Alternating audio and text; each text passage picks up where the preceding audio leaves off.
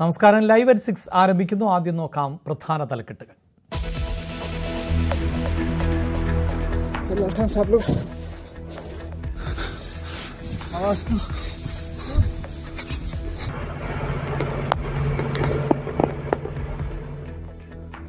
ഉത്തരാഖണ്ഡിൽ മഞ്ഞുമലയിടിഞ്ഞ് അപകടം. 41 തൊഴിലാളികൾ കുടുങ്ങി. 15 പേരെ രക്ഷപ്പെടുത്തി. വെല്ലുവിളിയായി മോശം കാലാവസ്ഥ. Of this caliber, so accurate. Yeah, just turned a little bit and played over the ball.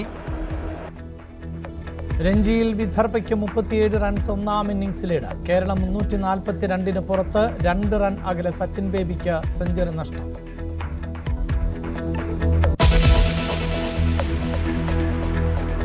തെരഞ്ഞെടുപ്പിന് മുന്നോടിയായി നേതാക്കളുടെ യോഗം വിളിച്ച് ഹൈക്കമാൻഡ്. ദില്ലി യോഗത്തിൽ നേതൃമാറ്റവും ചർച്ചയായേക്കും.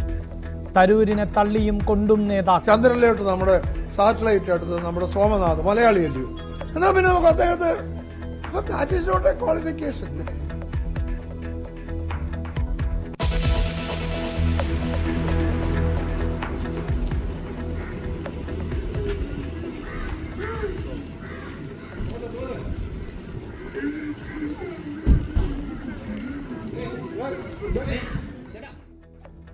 വെഞ്ഞാറമ്മൂട് കൂട്ടക്കൊലയുടെ നോവായി ഈ കാഴ്ച. അബ്ദുറഹീം നാട്ടിലെത്തി. ഉറ്റവരുടെ ഖബറിന് മുന്നിൽ പൊട്ടിക്കരഞ്ഞു.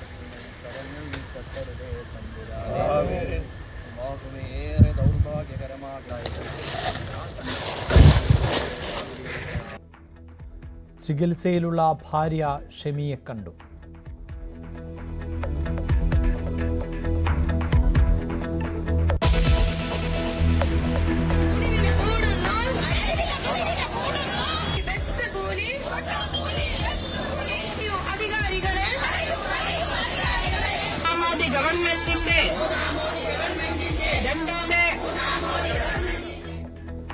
ആശാവർക്കർമാരെ അവഹേളിച്ച് വീണ്ടും CITU. സമര നേതാവിന് പരിഹാസം.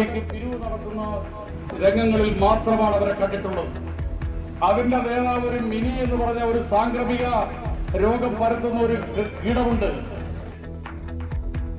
പ്രതിഷേധം വ്യാപിപ്പിക്കാൻ സമരക്കാർ. CITUവിന്റെ ബദൽ സമരവും തുടരുന്നു.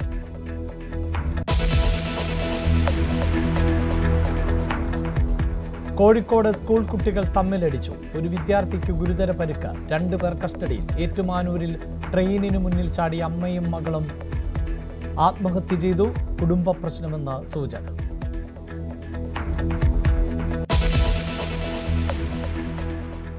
ഉത്തരാഖണ്ഡിൽ ഹിമപാതത്തിൽ കുടുങ്ങിയ 57 തൊഴിലാളികളിൽ 15 പേരെ രക്ഷപ്പെടുത്തി. 4 പേരുടെ നില ഗുരുതരമാണ്. രക്ഷാപ്രവർത്തനം പുരോഗമിക്കുകയാണ്. കേന്ദ്ര സംസ്ഥാന സർക്കാരുകൾ സ്ഥിതിഗതികൾ വിലയിരുത്തുന്നുണ്ട്.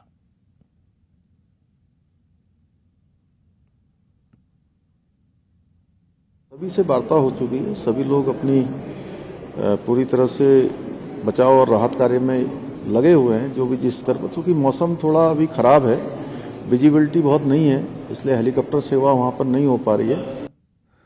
വാർത്തയുടെ വിശദാംശങ്ങളുമായി മനു ഭരത്താണ് ചേരുന്നത്. മനു, ദുഷ്കരമാണ് രക്ഷാപ്രവർത്തനം. എങ്കിലും ഏത് നിലയിലാണ് പ്രവൃത്തികൾ പുരോഗമിക്കുന്നത്? അഭിലാഷ്, ഇപ്പോൾ ഈ BROയുടെ 9th ബ്രിഗേഡ് അവിടെ രക്ഷാപ്രവർത്തനങ്ങൾക്ക് നേതൃത്വം നൽകുന്നു. 42 പേർ ഇപ്പോഴും കുടുങ്ങിക്കിടക്കുന്നു എന്ന വിവരങ്ങളാണ് പുറത്തുവരുന്നത്. 15 പേരെ സുരക്ഷിതരായി മാറ്റാൻ കഴിഞ്ഞിട്ടുണ്ട്. തൊട്ടടുത്ത സൈനിക കേന്ദ്രത്തിലേക്ക് മാറ്റാൻ കഴിഞ്ഞിട്ടുണ്ട്.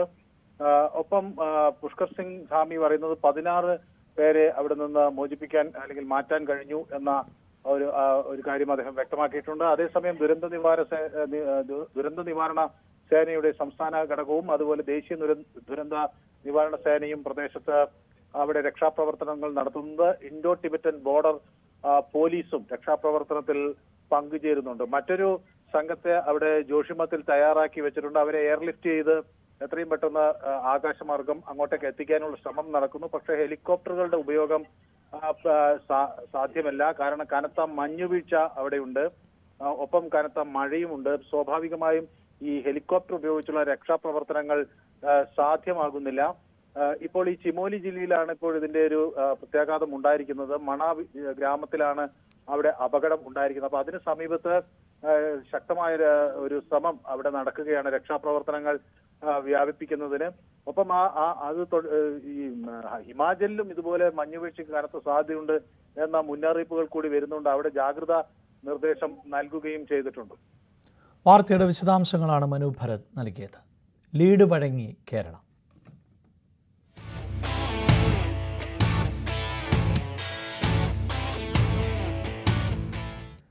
രഞ്ജി ട്രോഫി ഫൈനലിൽ വിദർഭയ്ക്കെതിരെ 37 റൺസിന്റെ ഒന്നാം ഇന്നിംഗ്സ് ലീഡ് വഴങ്ങി കേരളം 342 റൺസിൽ അവസാനിച്ചു. കേരളത്തിന്റെ ഒന്നാം ഇന്നിംഗ്സ് 98 റൺസ് എടുത്ത ക്യാപ്റ്റൻ സച്ചിൻ ബേബിയുടെ വിക്കറ്റാണ് മൂന്നാം ദിനം നിർണായകമായത്.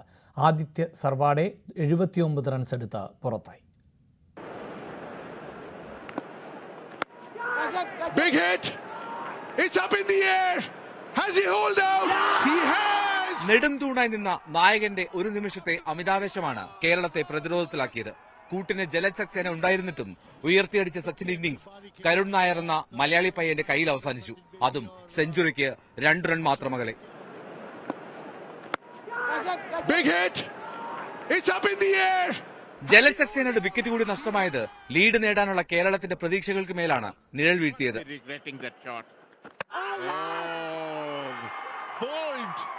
ആദിത്യ സർവാട്ടെയും സച്ചിൻ ബേബിയും കൂട്ടുകെട്ടുകൾ സൃഷ്ടിക്കുന്നതിൽ മിടുക്ക് കാട്ടിയപ്പോൾ പലപ്പോഴും വിദർഭ സ്വന്തം ഗ്രൗണ്ടിൽ പ്രതിരോധത്തിലായതാണ്. 79 റൺസ് എടുത്താണ് സർവാട്ടെ പുറത്തായത്.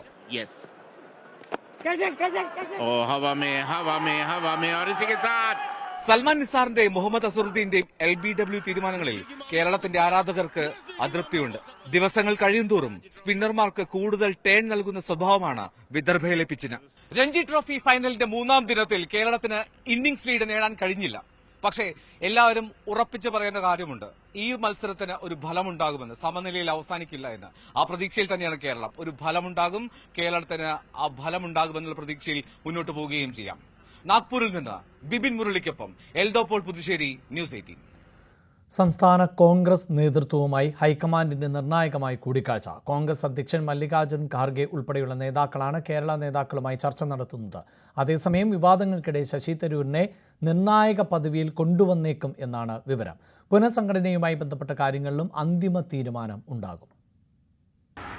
സംസ്ഥാനത്ത് 10 വർഷം തുടർച്ചയായി പ്രതിപക്ഷത്ത് ഒതുങ്ങേണ്ടി വന്ന കോൺഗ്രസിന് 2026 അഭിമാന പോരാട്ടത്തിൽ തിരികെ അധികാരത്തിലേക്ക് എത്തുന്നതിന് വേണ്ട നടപടികളാകും, രാഷ്ട്രീയ തന്ത്രങ്ങളാകും നിർണായക കൂടിക്കാഴ്ചയിൽ പ്രധാനമായും ചർച്ച ചെയ്യപ്പെടുക. അതോടൊപ്പം കഴിഞ്ഞ ഏതാനും ആഴ്ചകളായി ദേശീയ തലത്തിലും സംസ്ഥാന തലത്തിലും കോൺഗ്രസിനെ പ്രതിസന്ധിയിലാക്കിയ തരൂർ വിവാദങ്ങൾ ശമിപ്പിക്കുന്നതിന്റെ ഭാഗമായി തരൂരിനെ ദേശീയ തലത്തിൽ നിർണായകമായ ഒരു പദവിയിലേക്ക് കൊണ്ടുവരുന്ന കാര്യം ദേശീയ നേതൃത്വം സജീവമായി ചർച്ച ചെയ്യുകയാണ് എന്നാണ് പുറത്തുവരുന്ന സൂചനകൾ. അതോടൊപ്പം ദീപാദാസ് മുൻഷി നൽകിയിരിക്കുന്ന റിപ്പോർട്ടിന്റെ അടിസ്ഥാനത്തിൽ തലപ്പത്ത് മുതൽ അഴിച്ചുപണി വേണമെന്ന നിലപാടിൽ ഒരു വിഭാഗം ഉറച്ചു നിൽക്കുമ്പോൾ അതിനോട് ഹൈക്കമാൻഡ് ഏത് തരത്തിലായിരിക്കും പ്രതികരിക്കുക എന്നതാണ് കാത്തിരുന്ന് കാണേണ്ടത്.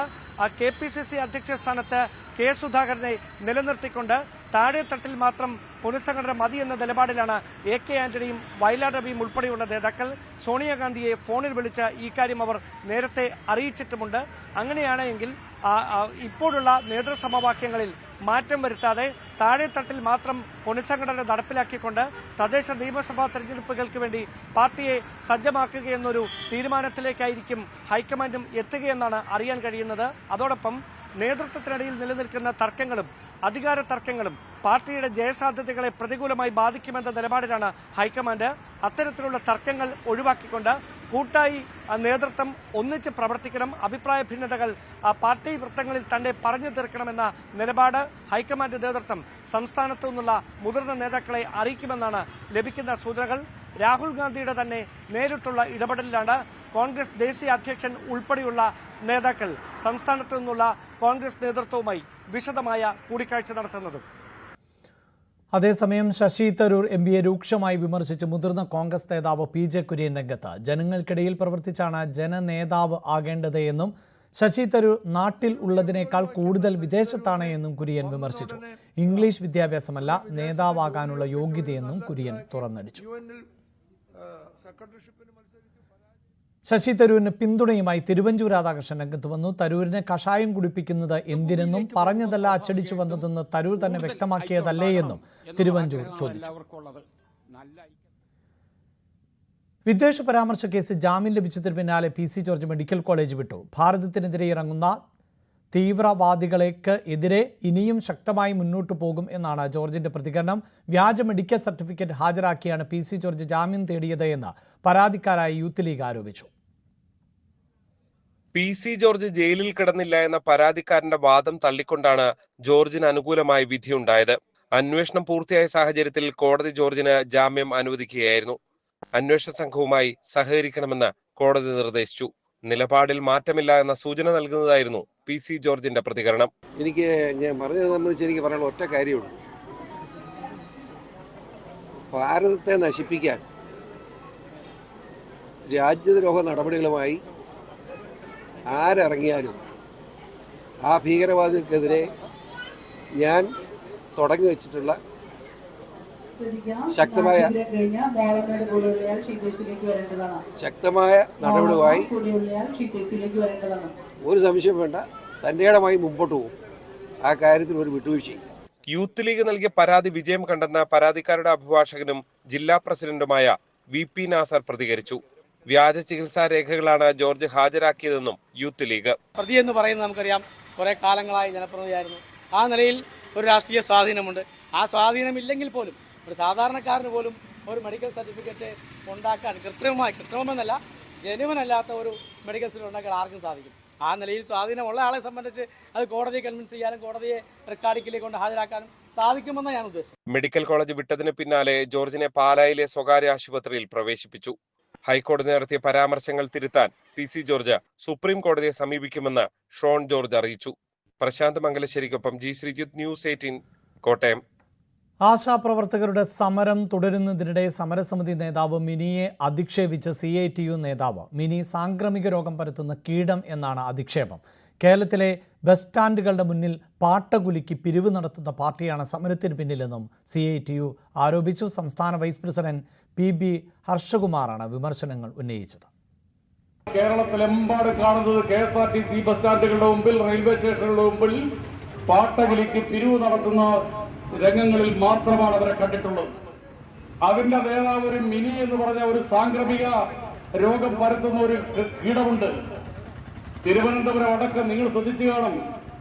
ഈ ആശാപ്രവർത്തകർക്ക് ഉമ്മൻചാണ്ടി ഭരണകാലത്ത്, VS അച്യുതാനന്ദന്റെ ഭരണകാലത്താണ് 300 രൂപയിൽ നിന്ന് 500 രൂപയാക്കി മാറ്റിയത്. ആ വർദ്ധിപ്പിച്ച 500 രൂപ 1000 രൂപയാക്കണമെന്ന് പറഞ്ഞ് ആശാ വർക്കേഴ്സ് ഫെഡറേഷന്റെ നേതൃത്വത്തിൽ കേരളത്തിന്റെ സെക്രട്ടേറിയറ്റിന് മുമ്പിൽ ദീർഘനാൾ നടന്ന സമരം. ആ സമരകാലത്ത് ഈ പറഞ്ഞ പാട്ടകിലിക്ക് പാർട്ടി അവിടെ കണ്ടില്ല. ആ സമരത്തിൽ ചർച്ചയ്ക്ക് പോലും ഈ തൊഴിലാളികളെ, സഖാവ് പ്രഭാവതി അടക്കം നിങ്ങളിൽ പലരും ആ സമരത്തിൽ പങ്കെടുത്തവരാണ്. ഒരു ചർച്ചയ്ക്ക് വിളിക്കാൻ അന്ന് സഖാവ് രാജു എബ്രഹാം അടക്കമുള്ള ആളുകൾ നിയമസഭയിൽ വലിയ പോരാട്ടം നടത്തി. ഈ പാവപ്പെട്ട തൊഴിലാളികളെ ഒന്ന് ചർച്ചയ്ക്ക് വിളിക്കാൻ വേണ്ടി. തിരിഞ്ഞു നോക്കാത്ത ഉമ്മൻചാണ്ടി ഗവൺമെന്റിന്റെ കാലം അധിക ദൂരെയല്ല. ഒരൊറ്റ ആശയുടെ മനസ്സിൽ നിന്ന് ആ കാലം മാഞ്ഞു പോയിട്ടില്ല. സെക്രട്ടേറിയറ്റിന് മുന്നിൽ ആശാ വർക്കർമാർ നടത്തുന്ന സമരം 19ാം ദിവസം പിന്നിടുകയാണ്. ഇതിന് പിന്നാലെ ബദൽ സമരവുമായി CITU രംഗത്തെത്തി. ആനുകൂല്യങ്ങൾ നേടിയെടുക്കാൻ സമരം ചെയ്യേണ്ടത് കേന്ദ്ര സർക്കാരിനെതിരെയാണ് എന്ന് ചൂണ്ടിക്കാട്ടിയായിരുന്നു ആശാ ഹെൽത്ത് ഫെഡറേഷന്റെ നേതൃത്വത്തിൽ AG's ഓഫീസിന് മുന്നിലെ പ്രതിഷേധം. ഇരുവിഭാഗങ്ങൾക്ക് ഇടയിൽ വനിതാ പോലീസ് ഉദ്യോഗസ്ഥർ കൈകോർത്ത് നിന്നാണ് സംഘർഷ സാധ്യത ഇല്ലാതാക്കിയത്. സമര കവാടത്തിന്റെ ഒരു വശത്ത് ആരോഗ്യമന്ത്രിക്കും സർക്കാരിനുമെതിരെ ആശാ വർക്കർമാരുടെ മുദ്രാവാക്യ വിളികൾ, മറുവശത്ത് ആശാ വർക്കേഴ്സ് ഫെഡറേഷൻ CITUവിന്റെ നേതൃത്വത്തിൽ കേന്ദ്ര സർക്കാരിനെതിരെ AG's ഓഫീസിന് മുന്നിൽ കുത്തിയിരുന്ന പ്രതിഷേധം. അവകാശങ്ങൾ നേടിയെടുക്കാൻ ഒന്നിച്ച് പ്രതിഷേധിച്ചുകൂടെ എന്ന ചോദ്യത്തിന് CITU നേതാവിന്റെ മറുപടി ഇങ്ങനെ. അവർ പറയുന്നത് ഒരു കൊടി പോലും ആ സമരത്തിനിടയിൽ ഒരു രാഷ്ട്രീയ പാർട്ടിയും കൊടിയില്ല. അവർക്ക് ഒരാവശ്യമേ ഉള്ളൂ, അത് ഈ വേതന വ്യവസ്ഥയിൽ വർധന വേണമെന്നത് മാത്രമാണ്. അതുകൊണ്ടാണ് ഇങ്ങനെ ഒരുമിച്ചിരുന്ന് സമരം ചെയ്യുന്നതെന്നാണ്. ഞങ്ങൾ ദേശീയ തലത്തിൽ സമരം ചെയ്യാൻ, ഞങ്ങൾ ഒറ്റക്കെട്ടായി ചെയ്യാൻ ഞാൻ അവരോടൊപ്പം തയ്യാറാണ്. ദേശീയ തലത്തിലേക്ക് ഞങ്ങൾ അവരെ കൂടെ സമരം ചെയ്യാൻ ഞങ്ങൾ തയ്യാറാണ്. വാ, ഡൽഹിയിലേക്ക് വാ, ഞങ്ങൾക്ക് ഒരുമിച്ച് പോവാം. അല്ലാതെ ഇവിടെ അവർക്കൊരു പിന്തുണയില്ല. ഇല്ല, ഇവിടെ ഞങ്ങൾ പിന്തുണ കൊടുക്കുന്നില്ല. കേരള ആശ ഹെൽത്ത് വർക്കേഴ്സ് അസോസിയേഷന്റെ സമരം രാഷ്ട്രീയ പ്രേരിതമെന്നും ആശ ഹെൽത്ത് ഫെഡറേഷൻ ആരോപിച്ചു. ആശമാരോടുള്ള അവഗണനയ്ക്കെതിരെ ഡൽഹിയിൽ ഒന്നിച്ചു പോയി സമരം ചെയ്യാനുള്ള ക്ഷണത്തിന് മറുവിഭാഗത്തിന്റെ മറുപടി ഇങ്ങനെ: ഇവിടെ വന്നിരിക്കുന്നത് മുഴുവൻ ആശാ വർക്കർമാരാണ്. അവരാരെയൊക്കെയാണ് കൊണ്ടുപോയതെന്ന് നമുക്കറിയാം. അവർ മറ്റു പല മേഖലയിലുള്ള ആളുകളെയൊക്കെ കൊണ്ടിരുത്തിയൊക്കെ നമ്മുടെ ഫീൽഡിലൊക്കെ നമ്മൾ കാണുന്നുണ്ടായിരുന്നു. അതുകൊണ്ട് അതിലേക്കൊന്നും കടക്കുന്നില്ല, അതവർ ചെയ്യട്ടെ. കേന്ദ്ര സംസ്ഥാന സർക്കാരുകൾക്കെതിരെ പ്രതിഷേധവുമായി ആശാ വർക്കർമാർ ചേരിതിരിഞ്ഞതോടെ സംഘർഷ സാധ്യത ഒഴിവാക്കാൻ കൂടുതൽ വനിതാ പോലീസ് ഉദ്യോഗസ്ഥരെ ഇരു വിഭാഗങ്ങൾക്കുമിടയിൽ വിന്യസിച്ചുകൊണ്ടായിരുന്നു പോലീസിന്റെ മുൻകരുതൽ. ന്യൂസ് 18 തിരുവനന്തപുരം. നെഞ്ചുനീറി റഹീം നാട്ടിൽ.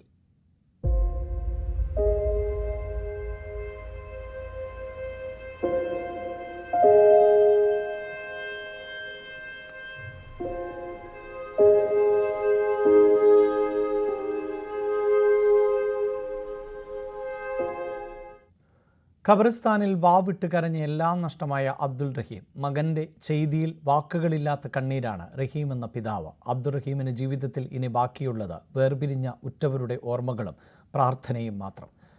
കല്ലറ പാങ്ങോട് താഴെപ്പള്ളിയിലെ മയ്യത്തുകുഴിയിൽ സർവ്വതും നഷ്ടപ്പെട്ട അബ്ദുൾ റഹീം ദുആ ചൊല്ലുന്നത് ഉള്ളുലയ്ക്കുന്ന കാഴ്ചയായി.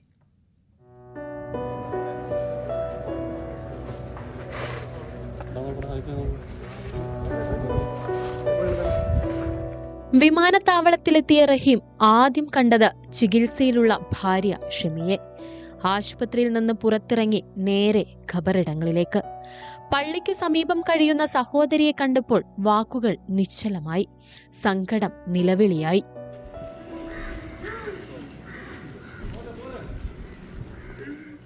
ഇരു കൈയുകളും നെഞ്ചിൽ ചേർത്ത് വെച്ച് മരണപ്പെട്ടവർക്ക് വേണ്ടി നെഞ്ചുരുകി പ്രാർത്ഥനയോടെ പൊട്ടിക്കരയുന്ന അബ്ദുൾ റഹീം. ഉറ്റവർ നിശ്ചലമായ മണ്ണിലെത്തിയപ്പോൾ വേദനയിൽ തകർന്നിരുന്നു റഹീം.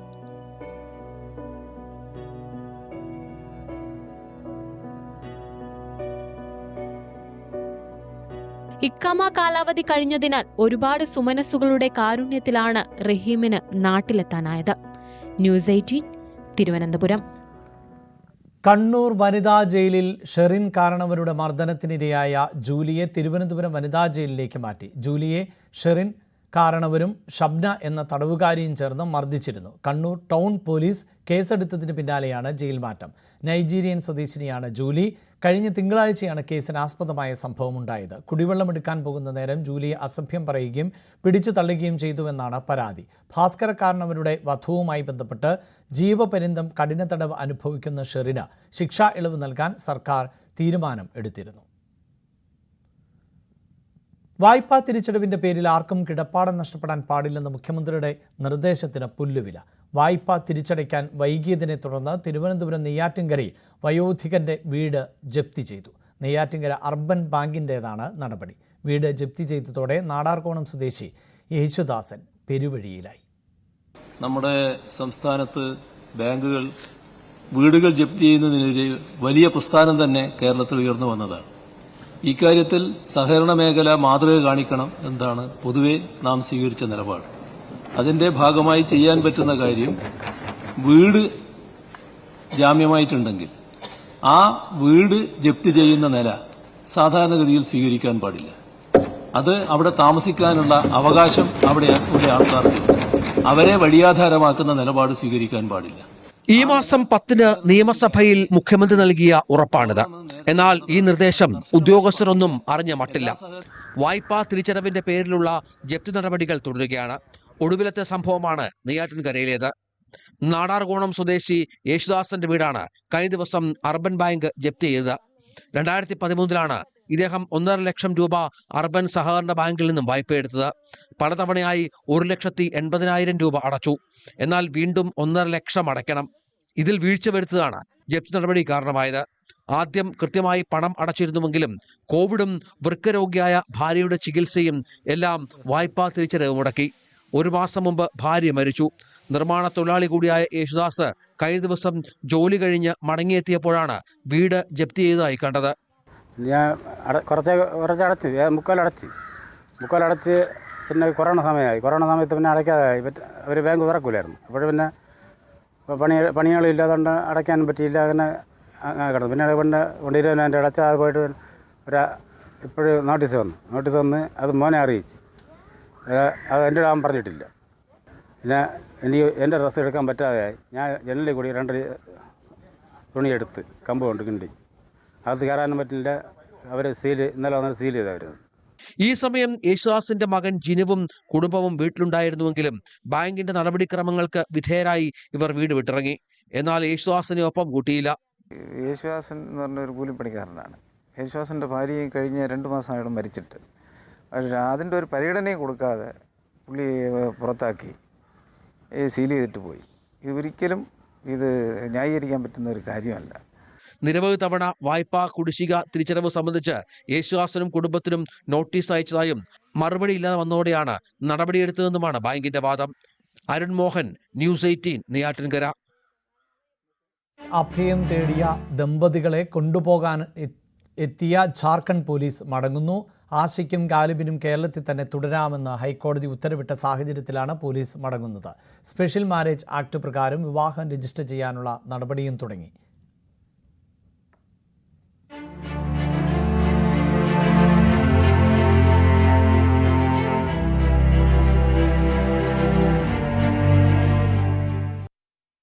ആഷയെയും ഗാലിബിനെയും തിരിച്ചു കൊണ്ടുപോകുന്നതിനായി വന്ന ജാർഖണ്ഡിൽ നിന്നുള്ള പോലീസ് ഇന്ന് മടങ്ങും. കാരണം ഹൈക്കോടതിയുടെ ഉത്തരവ് ഇന്നലെ വന്നതോടുകൂടി അവർക്ക് കായംകുളത്ത് നിന്ന് മടങ്ങേണ്ടതായുണ്ട്. ഇടക്കാല ഉത്തരവിൽ പറയുന്നത് അവർക്ക് കേരളത്തിൽ തന്നെ, അതായത് ആഷിക്കും ഗാലിബിനും കേരളത്തിൽ തന്നെ തുടരാനാകും, കായംകുളത്ത് തന്നെ തുടരാനാകും എന്നുള്ളതാണ്. ജാർഖണ്ഡ് പോലീസിന്റെ, രാജരപ്പ പോലീസിന്റെ കൈവശമുള്ള FIR പ്രകാരം ഗാലിബിനെ കൊണ്ടുപോകാനായി കഴിയില്ല. അല്ലെങ്കിൽ തന്നെയും ഗാലിബ് അല്ലായിരുന്നു അവരുടെ പ്രധാന ആവശ്യം, ആഷയായിരുന്നു. ഹൈക്കോടതിയുടെ ഉത്തരവ് ഇന്ന് ജാർഖണ്ഡ് പോലീസിന് കൈമാറിയാൽ ഉടൻ തന്നെ അവർ കായംകുളത്ത് നിന്ന് തിരികെ പോകുകയും ചെയ്യും. ആദ്യഘട്ടത്തിൽ ഒരു FIR പോലും രജിസ്റ്റർ ചെയ്യാതെയാണ് ആഷയെയും ഗാലിബിനെയും കൂട്ടിക്കൊണ്ടു പോകുന്നതിന് വേണ്ടി അന്വേഷണ സംഘം ഇവിടെ എത്തിയത്. പ്രായപൂർത്തിയായ 2 പേരെയും വിട്ടു നൽകാനാവില്ല എന്നുള്ള നിലപാട് കേരള പോലീസ് സ്വീകരിക്കുകയായിരുന്നു. കായംകുളം പോലീസ് ഇക്കാര്യം ഇവരെ അറിയിക്കുകയും ചെയ്തു. തുടർന്നാണ് 22-ാം തീയതി ഒരു വ്യാജ FIR ഇട്ടുകൊണ്ട് കിഡ്നാപ്പിംഗ് കേസ് രജിസ്റ്റർ ചെയ്തുകൊണ്ട് 22-ന് ഒരു പുതിയ FIR വിടുന്നത്. എന്തായാലും ആ FIR-ഉം ഫോൾസ് FIR ആണ് എന്നുള്ളത് ഇന്നലെ ഹൈക്കോടതി നിരീക്ഷിച്ചിട്ടുണ്ട്.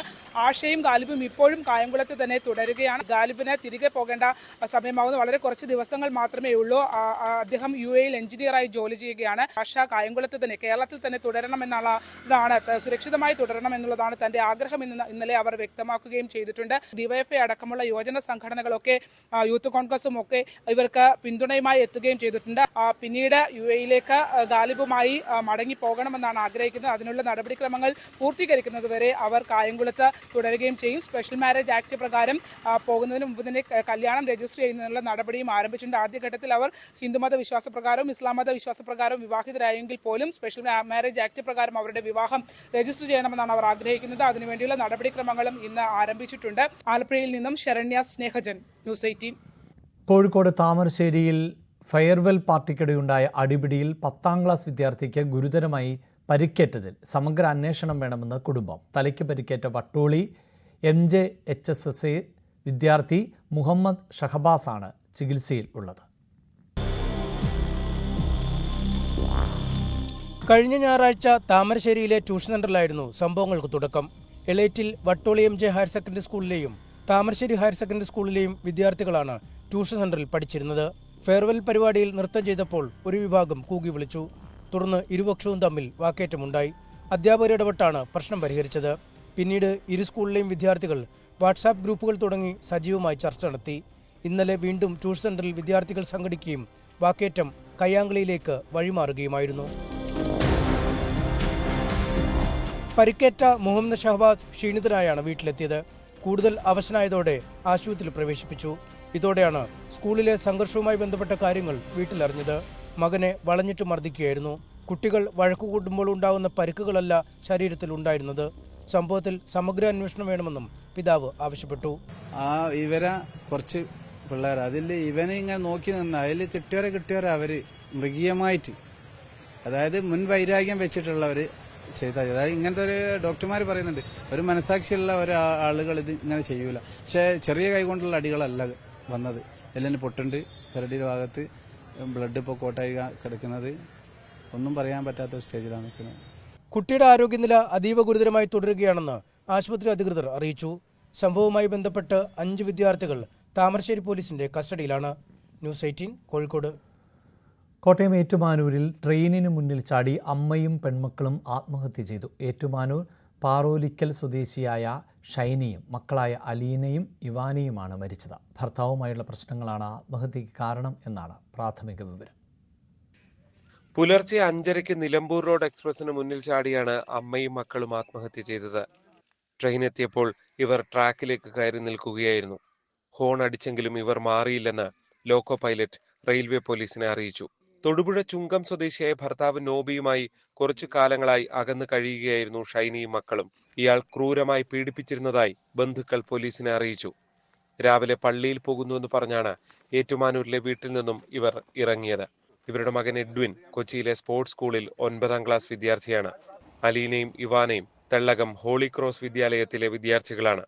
ഏറ്റുമാനൂർ പോലീസ് എത്തി മൃതദേഹം ആശുപത്രിയിലേക്ക് മാറ്റി. News 18 Kottayam.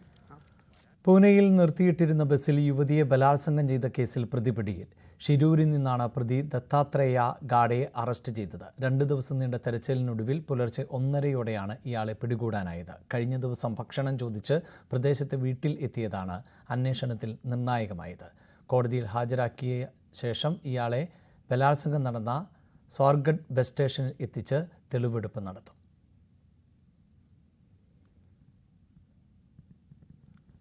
ICC champions trophy നടക്കുന്നതിനിടെ പാകിസ്ഥാനെ നടുക്കി സ്ഫോടനം. വടക്ക് പടിഞ്ഞാറൻ പാകിസ്ഥാനിലെ ഖൈബർ പഖ്തുൻക്വ പ്രവിശ്യയിൽ ഉള്ള സെമിനാരിയിൽ ആണ് സ്ഫോടനം ഉണ്ടായത്. പ്രാർത്ഥനയ്ക്കായി എത്തിയ 5 പേർ കൊല്ലപ്പെട്ടു. സ്ഫോടനം ഉണ്ടായ ജാമിയ ഹഖാനിയ സെമിനാരി താലിബാൻ അനുകൂലികളുടെ പ്രാർത്ഥനാലയം എന്നാണ് റിപ്പോർട്ട്. ഇവിടെ പ്രാർത്ഥിക്കാനെത്തിയ നിരവധി പേർക്ക് പരിക്കേറ്റതായും പോലീസ് അറിയിച്ചു. സ്ഫോടനത്തിന്റെ ഉത്തരവാദിത്തം ഇതുവരെ ആരും ഏറ്റെടുത്തിട്ടില്ല എന്ന് ജില്ലാ പോലീസ് മേധാവി അബ്ദുൾ റഷീദ് അറിയിച്ചു. റംസാൻ വ്രതം ആരംഭിക്കാനിരിക്കെയാണ് ഇപ്പോൾ 5 പേരുടെ ജീവനെടുത്ത സ്ഫോടനം ഉണ്ടായിരിക്കുന്നത്.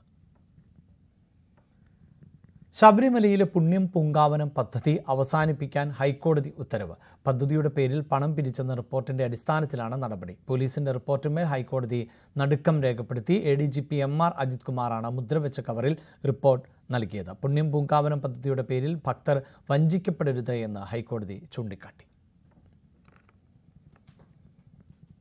തോമസ് കെ തോമസ് NCP സംസ്ഥാന അധ്യക്ഷൻ. തോമസ് കെ തോമസിനെ നിയമിച്ചതായി ശരത് പവാർ ആണ് അറിയിച്ചത്. PK രാജൻ, PM സുരേഷ് ബാബു എന്നിവരാണ് വർക്കിംഗ് പ്രസിഡന്റുമാർ.